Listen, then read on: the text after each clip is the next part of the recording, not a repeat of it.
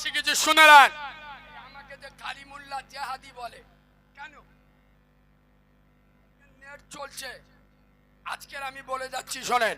অনেক লোক প্রশ্ন করে আমার, আমি আজও পর্যন্ত কোনো জায়গায় বলিনি, কিন্তু আজকের আমি বলতে বাধ্য হচ্ছি। এই জেহাদি টাইটেলটা আমার বাপ দাদার দেয়া নয়, আমার ওস্তাদ হুজুরদের দেওয়া।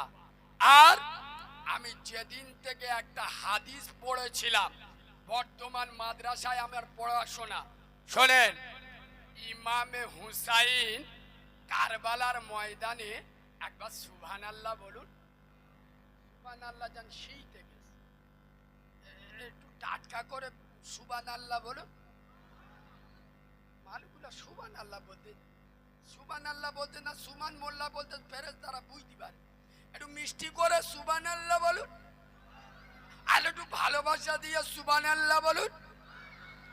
ইমামে হুসাইন কসম খোদার কারবালার ময়দানে যখন আলী আসগার মারা যাচ্ছে, আলী আকবর মারা যাচ্ছে, একটার পর এক পুরুষগুলো মারা যাচ্ছে, সৈয়দা জয়নাব ইমাম হুসাইনের বোন ইমাম হুসাইনকে আদর করে জড়িয়ে ধরেছে। ভাই, সারা দুনিয়া জানে তুমি হকের উপরে, ভাই তুমি নিজেও জানো তুমি হকের উপরে। মদিনার সাহাবারা কারবালায় আসতে নিষেধ করেছিল, ভাই কেন কারবালায় এলে? খোদার কসম, ইমামে হুসাইন সৈয়দা জয়নাবকে জড়িয়ে ধরলেন, আদর করে জড়িয়ে ধরে বলছে, প্রাণের বোন কান খুলে শুনেলে, আমি জানি আমি হকের উপরে, দুনিয়া জানে আমি হকের উপরে। নবীর সোনার সাহাবারা আমাকে কারবালায় কুফায় আসতেও নিষেধ করেছিল। আমি হুসাইন এতটা বিয়াদব নয় যে বড়দের কথা শুনবো না। ওরে বোন জয়নাব, আমি রাতের বেলায় মদিনায় যখন ছিলাম, রাতে আমি ঘুমাচ্ছি, স্বপ্নের মাধ্যমে তোর নানা, আমার নানা নবী মুস্তফা এসে আমাকে বলছে, হুসাইন রে, আজ যদি তুমি কারবালার ময়দানে ইয়েজিদের অত্যাচারের বিরুদ্ধে যদি ইয়েজিদের সামনে যদি না দাঁড়াও, এ হুসাইন, কিয়ামতের সকাল পর্যন্ত মানুষ জালেমের কাছে মাথা নত করে নেবে, অত্যাচারের বিরুদ্ধে মানুষ প্রতিবাদ করবে না। ওরে হুসাইন, ইয়েজিদের প্রচলন বেড়ে যাবে। খোদার কসম, ইমামে হুসাইন জয়নাবকে বলছে, হুসাইন, আমার নানা নবী মুস্তফার কথা শুনে আমি হকের উপরে আমার জীবন চলে যাই যাক, কিন্তু আমি হুসাইন তমু কুফাবাসীদের কথায় আমি এখানে এসছি। কসম খোদার, কিয়ামতের ময়দানে যেসব বক্তারা, যেসব আলেমেরা দাউদের ভয়ে, কমিটির লোক রেগে যাবার ভয়ে, শ্রোতা উঠে যাবার ভয়ে যারা হক কথাগুলো সম্মুখে বলতে পারে নাই, রসুল বলে যাচ্ছেন, এরা হলো বোবা শয়তান।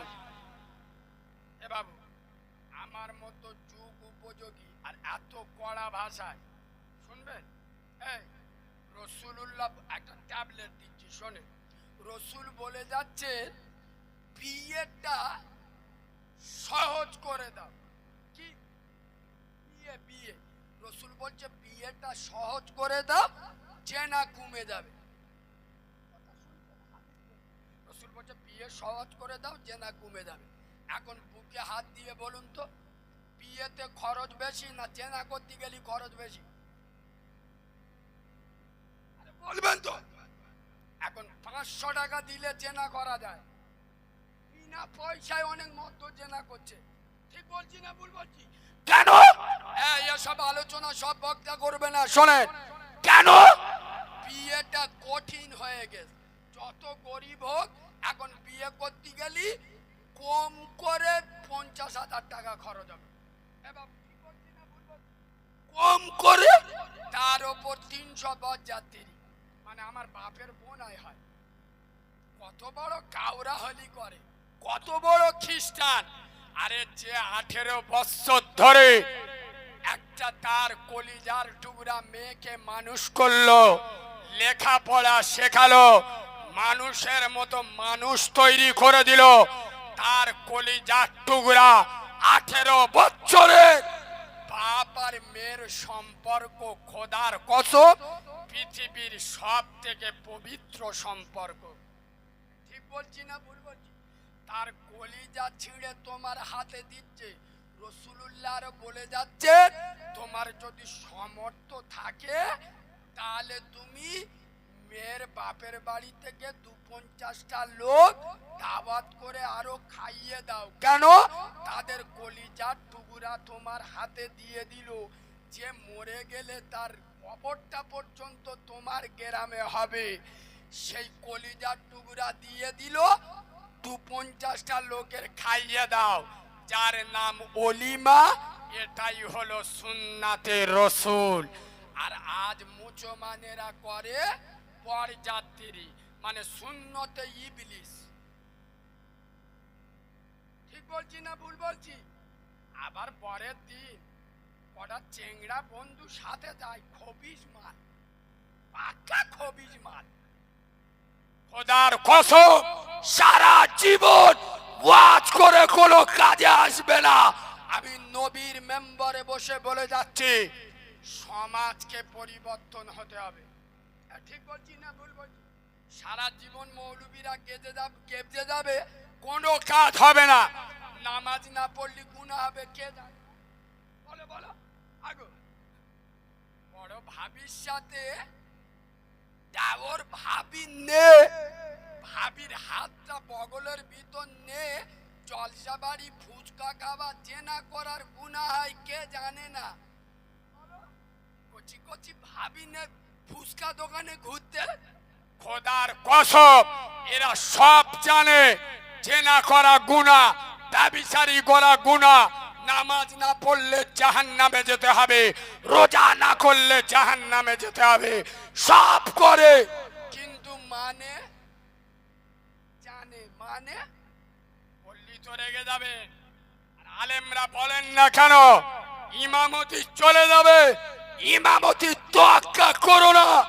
মসজিদের মেম্বারে দাঁড়িয়ে বলো, যারা সুদের টাকা খায় ওরা সব থেকে ছোট গুনাহ আপন মাকে বিয়ে করা। আমার বক্তব্য নেটে গেলে কিছু বাঁদরের বাচ্চা, এদের রক্তের দোষ আছে, এরা উল্টো পাল্টা কমেন্ট করে। বাঁদরের বাচ্চা এতগুলো নেট এখানে আছে, আর এখানে আলেম উলামা আছে। একটা আলেম বলুক আমি এই কথাটা ভুল বলিস, আমি তওবা করে এখান থেকে চলে যাব। একটা আলেম দাও।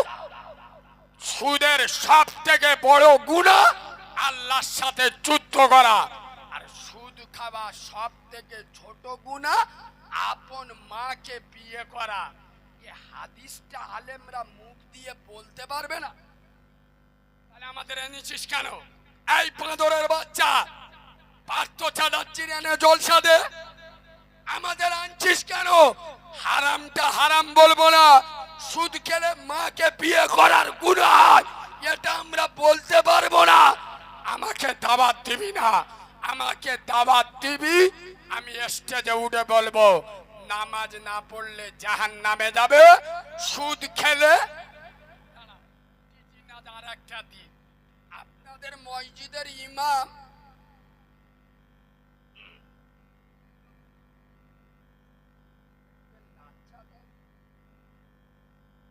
বাবু, আমার কথা কি কষ্ট পাচ্ছে?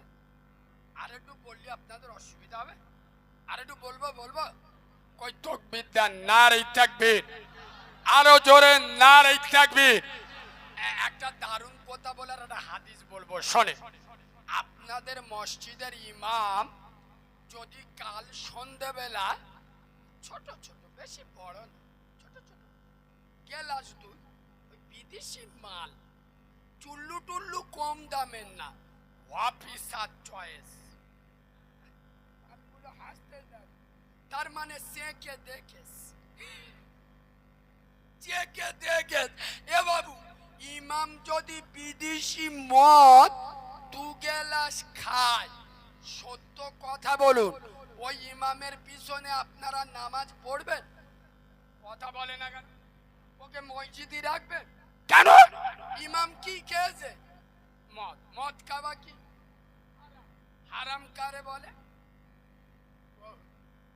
কত কঠোর প্রশ্ন করলি হয়, ওসব আমাদের শালি জানে, আমরা জানি। আল্লাহর নিষিদ্ধ জিনিসকে হারাম বলা হয়। ইমাম মদ খেয়েছে, ওর পিছনে নামাজ পড়বেন না। পলস শিমুলিয়ার মুসলমানের বাচ্চা, মদটা শুধু ইমামের জন্য হারাম না আমাদের সবার জন্য হারাম? চলে আর একটু এগিয়ে যায়। কাল সকালে ইমাম যদি মসজিদে এলান করে দেয়, গ্রামের লোকেরা যার যার টাকার দরকার আমার কাছে আয়, 1000 লে যাবি, সপ্তাহে 100 করে বাড়বে। বা ওনার কচি মতো বউটা হাতে এনে বুকের অর্ধেকটা কাপড় সরিয়ে যদি বন্ধন লোন আর গ্রুপ লোনের সভাপতি করে দেয়, সত্য কথা বলুন, ওই ইমামের পিছনে নামাজ পড়বেন? ওকে মসজিদে রাখবেন কেন? ইমাম ইমামের বউ হারাম খোর, সুদ খায়। ঠিক না ভুল? এই মুসলমানের বাচ্চা, খোদার কসম, আজ বাংলার মুসলমানের ছানারা, মুসলমানের বাচ্চারা এত নিকৃষ্ট, বেহায়া, জালি, 2 নাম্বার, থার্ড ক্লাস মাল হয়ে গেল। খোদার কসম, এরা মসজিদে মদ করে ইমাম রাখবে না, সুদ করে ইমাম চলবে না, হারাম করে ইমাম নেবে না, কিন্তু মুসল্লি মদ করে সুদ করে হারাম করে হলে অসুবিধা? ইমাম যদি সুদ খায়, ওনার বউ যদি সুদ খায়, কি সুন্দর ফতোয়া মানলো, ওই ইমাম মসজিদে রাখবো না, ওর পিছনে নামাজ পড়বো না। আরে চিটিং বাজ, তোর বউ বন্ধন লোন গ্রুপ লোন করে, বুড়ো পেট বার করে, তুই কোন লোনটা ইমামের পিছনে দাঁড়িয়ে নামাজ পড়লি? ইমাম যদি সুদ খেলে, এর বউ যদি সুদ খেলে, এর মসজিদে না রাখিস, তা তোদের সুদ কর মালগুলো মসজিদে গেলি তুলা ভাই বলে সামনে দাঁড় করাস কেন? সুদ খাবার অপরাধে ইমামকে যদি মসজিদ থেকে তাড়িয়ে দাও, তুই সুদ করের বাচ্চা। সেদিন এক জায়গায় বলেছি ফসকা পড়ে, আল্লাহর কি রে বাপ, লেবিছি 2000 টাকা দে, তোরা এরম করবি তো? লাভলি ক্যাশিয়ারের খুঁজে পাবো তো? এ বাবু, ফসকা পড়ে গেছে, বুঝতে পেরেছেন? বলে আমি সুদ খাই নাই, আমার বিরুদ্ধে বলে বলুক, তা আমার বাপের বলতেছ কেন? বাপ হাজি সাহেব আর ছেলে সুদের ডিলার, বলা যাবে না? তুই মক্কাতে ঘুরে বলে ফেরেশতা হয়ে গেছি, কথা বলে না, বলা যাবে না? এই পশ্চিম বাংলায় এমনও বাঁদরের বাচ্চা আছে, হজ করে এসে ও সুদ খায়। যদি প্রমাণ না করতে পারি, নবীর মেম্বারে জীবনে উঠবো না। আমার নেটে ওয়াজ যাবে তো, সেসব মালেরা শুনলি বুঝতে পারবে কাদের বলে, বুঝতে পারুনি? কসম খোদার, নবীর মেম্বারে বসে বলে যাচ্ছে, হারাম খাওয়া ছাড়ো, হালাল খাও। হারামে বরকত নাই, হালালে বরকত আছে। চলেন একটা দারুণ হাদিস আপনাদের উপহার দিই। আমার আপনার নবী, দিন দুনিয়ার বাদশা, বিশ্ব নবী রাসূলুল্লাহ, আব্দুল্লাহর বেটা, নূরে মোহাম্মদ। এ বাবু, উঠে যাচ্ছ কে বাবু? খুব জোর পেয়েছে? এখন বলা মুশকিল, নেট চলতেছে, জায়গাটার নাম বলবো। 4 দিন আগে এক জায়গায় জলসা করতেছি, একটা চেংড়া ছাবার, আমি মশালদারে ওয়াজ করি, সে মাল উঠে দেখি ইয়ে রে বেরো, কি বলে হুজু, মানে হিচু করবে। আর চুপ বস। যেই মেজাজ দিছি মালে একদম বসে গেছে, জানে এতে বিশ্বাস নি কোথায় কাঁচা গালাগালি দিয়ে দেবে বলে চুপ বসে গেছে। বুঝতে আমি ওয়াজ টোয়াজ করে সালাম পড়ে দোয়া করে এবার নেমে যাবো, দেখি মাল বসে হয়ে ভাই তুই এখন বসে হয়েছি, কথা কি করবি? আর যা কোথায় যাবি বললি? বলে ও হুজুর যেটা ওকেন করবো সেটা একেন হয়ে গেছে। আগে তুমি আমার উঠতি দুনি, এখন তোমার আমি উঠতি দেবো। তুমি একা ওয়াজ করবে, আমি একা বসে শুনবো। আরে ভাই আমার ভুল হয়ে গেছে, আর বলবো। চলেন আল্লাহর নবী দ্বীন ইসলামের দাওয়াত, কলেমার দাওয়াত, ঈমানি দাওয়াত দেওয়া শুরু করলো। আচ্ছা শোনেন, 40 বছর বয়স পর্যন্ত রাসূলুল্লাহর কোন শত্রু ছিল? জোরে বলো। আপনি মসজিদে বসে জিকির করবেন, আপনার কোন শত্রু? আপনি নামাজ পড়তে যাবেন, গ্রামে দুই গ্রুপই মারামারি হবে, হ্যাঁ আপনি কারোর কিছু দেখাবানি, বিসমিল্লাহ সুবহানাল্লাহ সুবহানাল্লাহ মসজিদে চলে যাবেন, বলবেন চাচা আমার পাক্কা নামাজ। কথা ভালো করে শোনে, রাসূল 40 বছর বয়স পর্যন্ত একটাও শত্রু ছিল না। কিন্তু নবী যখন দ্বীন ইসলামের হক কথা প্রচার শুরু করলো, সবে ইসলামের দাওয়াত দেওয়া শুরু করেছে কয়েকদিন হয়ে। খুব গুরুত্ব দিয়ে শোনেন, রাসূলুল্লাহর একদিন মন চাইলো আমি আল্লাহর কাবায় প্রবেশ করব। সুবহানাল্লাহ বলুন। রাসূল কাবায় ঢুকবেন, কাবায় চাবি দেওয়া। কাবার চাবি কার কাছে? উসমান বিন শেবা। এই উসমান বিন শেবা, এটা কিন্তু উসমানে গনি নয়, এ অন্য উসমান। তখনকার যুগে পুরো খানদানের পর খানদান, এক খানদানের কাবার চাবিটা ওদের কাছে থাকতো। তো রাসূল বললেন উসমান কাবার চাবিটা একটু দাও, আমি ভিতরে যাব। উসমান বিন শেবা আমার রাসূলকে আটকে দিলেন। খুব গুরুত্ব দিয়ে শুনে, তোমাকে ভিতরে ঢুকতে দেবো না। কেন? আমাদের বাপ দাদার ধর্ম ছেড়ে দিয়ে তুমি নতুন ধর্ম চালু করছো, তোমাকে কাবার ভিতরে ঢুকতে দেওয়া হবে হবে না। আয় আব্বা, কাবার ভিতরে ঢুকতে বাধা দিচ্ছেন কাকে? যিনি কাবারও কাবা। সুবহানাল্লাহ বলুন। যাকে না সৃষ্টি করলে কাবা সৃষ্টি হতো না, সেই নবীকে বাধা দিচ্ছেন। সেদিন আমিনার লাল নূরে মোহাম্মদ আব্দুল্লাহর বেটা, কসম খোদার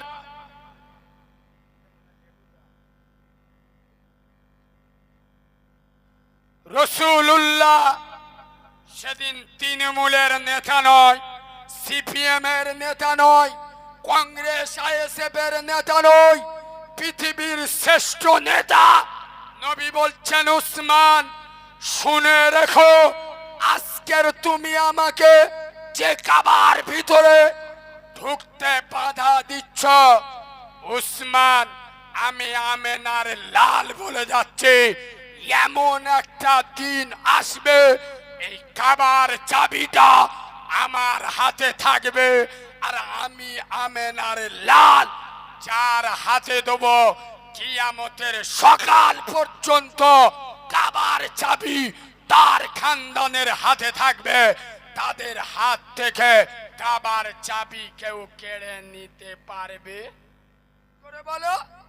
চলে উসমান বিন শেবা লিখছে, প্রথম আমার একটু হাসি পেস, কে কাবার চাবি নিয়ে নেবে বলতে যায়, যা থাকার ঠিকানা নেই।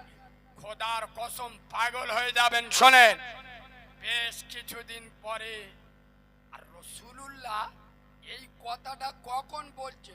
যখন জায়গায় জায়গায় নবী সাহাবাদের হত্যা করা হচ্ছে, জায়গায় জায়গায় নবী সাহাবাদের উত্তপ্ত তেলের উপরে ছাড়া হচ্ছে। উসমান বিন শেবা বলছে মুহাম্মদ সাল্লাল্লাহু যেই বলেছে আমার প্রথম তো একটু হাসি পেয়েছে, কিন্তু আমার মনের ভিতরে একটা প্রশ্ন জেগেছে। আব্দুল মুত্তালিবের নাতিকে ছোট থেকে দেখে আসছি, যাই হোক আমেনার লাল আব্দুল্লাহর বেটা মিথ্যাবাদী হতে পারে পারে নই। উসমান বিন শেবা বলল, যে আন্দাজে যে জালালি মনোভাবে রাসূলুল্লাহ সেদিন কথাটা বলেছিল, আমার কলিজায় যেন একবার আঁচ এসে গিয়েছিল। তারপরে সময় এসে গেল, মক্কা ছেড়ে সাহাবারা পালাতে শুরু করলো। এমন দিন এসে গেল, খোদ নবী মুহাম্মদ সাল্লাল্লাহু আলাইহি ওয়াসাল্লাম মক্কা ছেড়ে মদিনায় রাতের অন্ধকারে চলে গেল। উসমান বিন শেবা বলল, আমি সেই দিন একটু লম্বা করে শ্বাস নিলাম। দেখ, কে কাবার চাবি নেব বলেছিল, নিজের ঘরটাও বাঁচাতে পারে, বাঁচাতে পারি।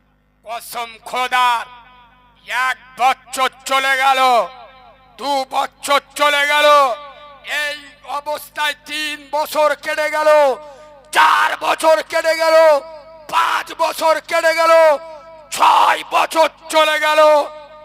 সময় এসে গেল ফতে মক্কার দিনে, 20টা রোজার দিনে রাসূলুল্লাহ মক্কা বিজয় করে উটের পিঠে করে পীরের বেশে রাসূলুল্লাহ মক্কায় প্রবেশ করছেন।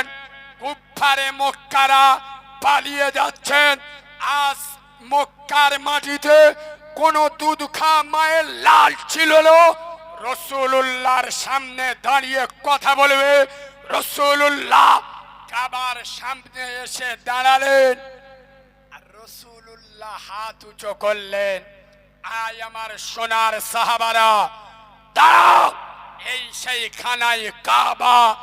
রাতের আধারে কাবা ছেড়ে আমি চলে গেছিলাম, এবার পালা কাবার চাবি নেওয়া। দেখো উসমান বিন শেবাকে। উসমান বিন শেবা তখনও ইসলাম কবুল করেনি। যখন ডাকা হলো, মাথাটা এরম নিচু করে, জানে আজকের মক্কা ফতের দিন, আমার তো মরে যাবার কথা, আমার তো কেটে দেবার কথা। ঠক ঠক করে কেঁপে কেঁপে আসছেন। নবী বললেন, উসমান কাবার চাবি দাও। কাবার চাবি রাসূলুল্লাহ তার নবুয়তের হাতে নিলেন আর বললেন, উসমান মনে পড়ে এই জায়গায় দাঁড়িয়ে আমি আমেনার লাল তোমাকে বলেছিলাম এমন একটা দিন আসবে, এই কাবার চাবি আমার হাতে হবে, আমি যাকে চাইবো তার হাতে দেব, আর কিয়ামতের সকাল পর্যন্ত তার খানদানের কাছে কাবার চাবি থাকবে। উসমান বিন শেবা মাথা নিচু করে আছে। রাসূল কাবায় ঢুকলেন, মাটির মূর্তিগুলো সরালেন, বার হলেন। এই সোনার সাহাবারা, আজ আমি কাবার চাবিটা এমন একটা মানুষের হাতে দেব, কাল কিয়ামতের সকাল পর্যন্ত পবিত্র কাবার চাবি তাদের হাতে, তার খানদানের হাতে থাকবে। কসম খোদার, সেই মজমায় সিদ্দিকে আকবরের মতো সাহাবা, ফারুকে ওমরের মতো সাহাবা, উসমানে গনির মতো সাহাবা, হায়দারে কাররারের মতো সাহাবা, আবু বাইদার মতো সাহাবা দাঁড়িয়ে আছেন। রাসূলুল্লাহ কাবার চাবিটা কার হাতে দেন? রাসূলুল্লাহ বার হলেন আর উসমান বিন শেবাকে আবার ডাক দিলেন, উসমান, উসমান বিন শেবা এখানে এসো। উসমানের জিভ শুকিয়ে গেছে, আমার মনে হয় এবার শাস্তি দেওয়ার পালা। কসম খোদার, আল্লাহর নবী আব্দুল্লাহর বেটা নূরে মোহাম্মদ আমেনার লাল রসুল খোদা রব্বে মেহবুব বিশ্ব নবী রাসূলুল্লাহ কাবার চাবিটা নিয়ে উসমান বিন শেবার হাতে দিলেন আর বললেন, উসমান কাবার চাবি আমি রাসূলুল্লাহ রাখবো না রে। এই উসমান বিন শেবা, আজ কাবার চাবিটা আমি তোমার হাতে দিয়ে দিলাম, আর আমি আমেনার লাল বলে দিচ্ছি, কাল কিয়ামতের সকাল পর্যন্ত তোমার খানদানের কাছে কাবা শরীফের চাবিটা থাকবে। তোমার খানদানের কাছ থেকে কাবার চাবিটা কেউ কেড়ে নিতে পারবে না।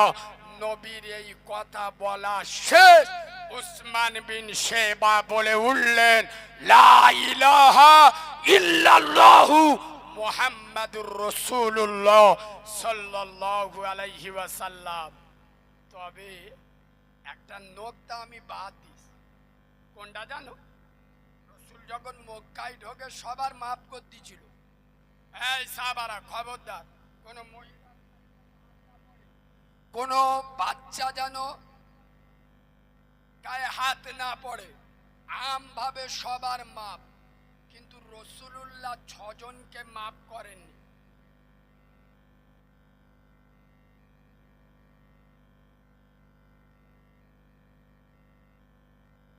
কজনকে? জোরে বলুন। শুনলেন?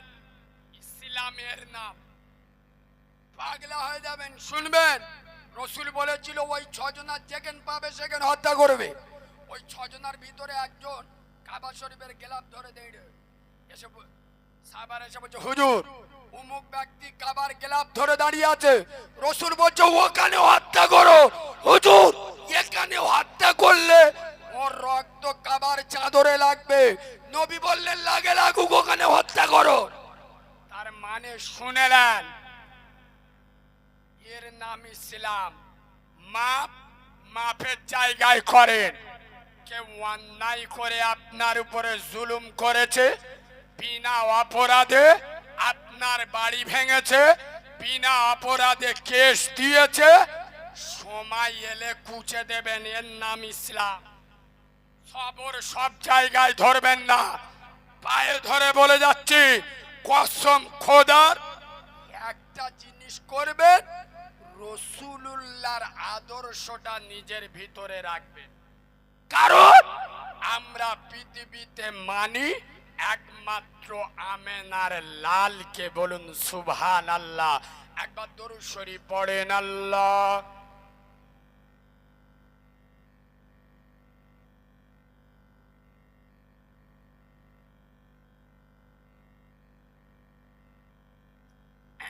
বাবাজি, এখানে একটা নর্তা বলার আগে আপনাদের একটা কথা বলি। আমার দাদা পীরের ভক্ত মুরিদ এখানে আছেন।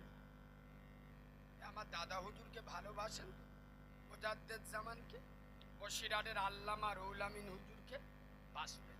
দেখেন, দাদা হুজুরের সিলসিলা হক সিলসিলা, কিয়ামতের সকাল পর্যন্ত থাকবে। বলুন ইনশাআল্লাহ।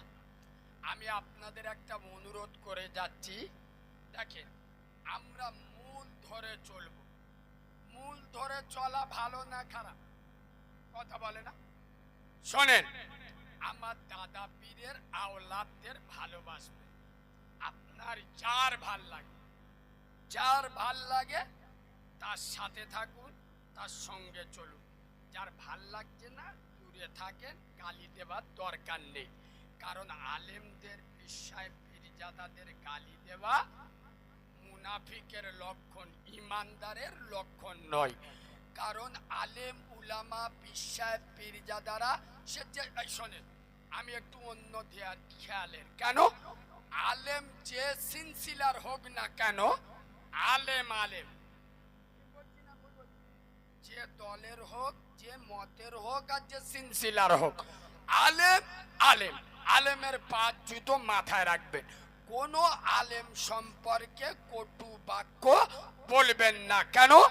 আপনি মরে গেলে দেখা যাবে আপনি যে আলেমটা সহ্য করেন না, সেই আলেমটা যখন দোয়া করছে, আল্লাহ তামাম পৃথিবীর উম্মতে মুহাম্মাদি যত কবরে চলে গেছে প্রত্যেকের কবরের আযাব মাফ করে দাও, তার ভিতরে আপনি আছেন না নেই?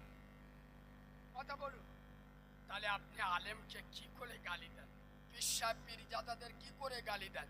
পায়ে ধরে বলে যাচ্ছি, যার ভালো লাগবে তার সাথে থাকেন, কিন্তু আমার দাদা পীরের আওলাদদের সাথে থাকবেন। বলুন ইনশাআল্লাহ। এই বাবু, আমার গায়ে অনেকে অনেক স্টাম্প মেরে দেয়, মারতেও চায়, কিন্তু কসম খোদার আমি ব্যক্তিগতভাবে কারোর দালালি করি না, চামচাগিরি করি না। আমি কোনো গ্রুপেও নেই, কোনো দলেও নেই। মনে রাখবেন, আমি দাদা পীরের প্রতিটা আওলাদের পা জুতো মাথায় রাখি। দাদা হুজুরের সব আওলাদদের ভালোবাসি। যার ভালো লাগে তার সাথে বেশি চলি, যার পছন্দ হচ্ছে না দূরে থাকলাম, কটু বাক্য বলি না। মনে রাখবেন, কারিমুল্লাহ জেহাদি কারো তেল মেরে এ জায়গায় আসেনি, আর কোন গ্রুপের দালালি করে এ জায়গায় আসেনি। কসম খোদার আমার দাদা পীরের আওলাদদের ভালোবাসি বিনা স্বার্থে, আল্লাহর জন্য। কেন? আমার দাদা পীরের আওলাদ। আমার যে দুটো দাওয়াত দেবে এ আশায় নয়, ওপরে আল্লাহ শুনছে। আমার ঈমান রিজেকের মালিককে, জোরে বলুন আল্লাহ। খোদার কসম আলেমদের ভালোবাসবেন, বলুন ইনশাআল্লাহ। তবে আপনি তাবলীগ করেন, দেওবন্দ করেন, ফুরফুরা করেন, হিজবুল্লাহ করেন, আলে হাদিস করেন, জামাত ইসলামী করেন, আর গাছে উঠে আজান দেন, পায়ে ধরে বলে যাচ্ছি আমি কারোর বিরোধিতা করি না, কারোর বিরুদ্ধে উল্টো পাল্টা বলি না। সব সিলসিলাকে বলে যাব, যার কাছে যে হাদিস পৌঁছেছে সে সেটা নিয়ে থাকুন। তবে তিনটে কাজ করুন। কটা? কটা? আমি শুধু ফুরফুরাওয়ালাদের বলছি না, ফুরফুরা, হিজবুল্লাহ, তাবলীগ, দেওবন্দ, আলে হাদিস, জামাত ইসলামী, আজানগাছি, মুজাদ্দিদিয়া, যত সিলসিলা আছে সবাইকে বলছি তিনটে কাজ করুন। হালাল খাবেন, 5 ওয়াক্ত নামাজ পড়বেন, বাম্মা সেবা করবেন, খোদার কসম মরে যাবেন সোজা জান্নাত। সুবহানাল্লাহ বলুন। কটা কাজ? তিনটে। আর ইসলাম সোজা সোজা।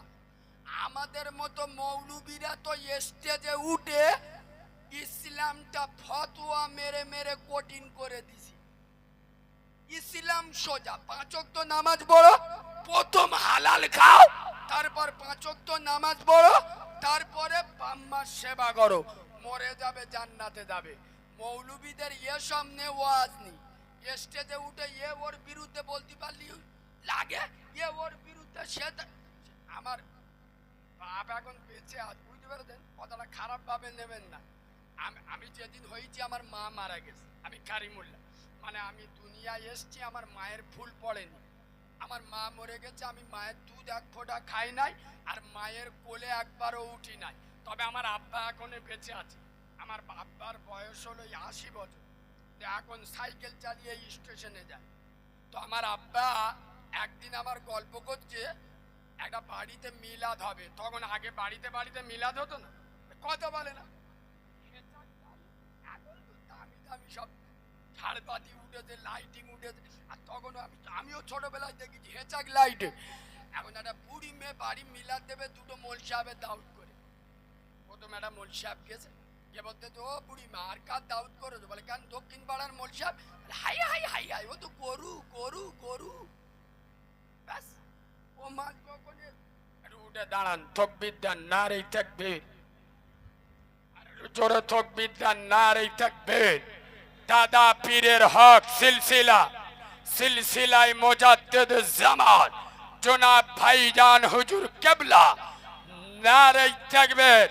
সোনার বাবাজি, অসমাপ্ত বক্তব্য সমাপ্ত করলাম। ভাইজান এসছেন, জানাদের পায়ের জুতো আমরা মাথায় রাখি। বসিরহাটের দরবার শরীফের আমাদের ভাইজান হুজুর এসছেন, আপনাদের অনুরোধ করে যাব, দাদা পীর হক, বসিরহাটের আল্লামা রুল আমিন হুজুর হক, তানার আওলাদরা যেদিকে আমরা সেদিকে, বলুন ইনশাআল্লাহ। ভাইজান এসছে, কথা বলা বিয়াদবি হবে, হায়াত বাকি, মুলাকাত বাকি। আসসালামু আলাইকুম।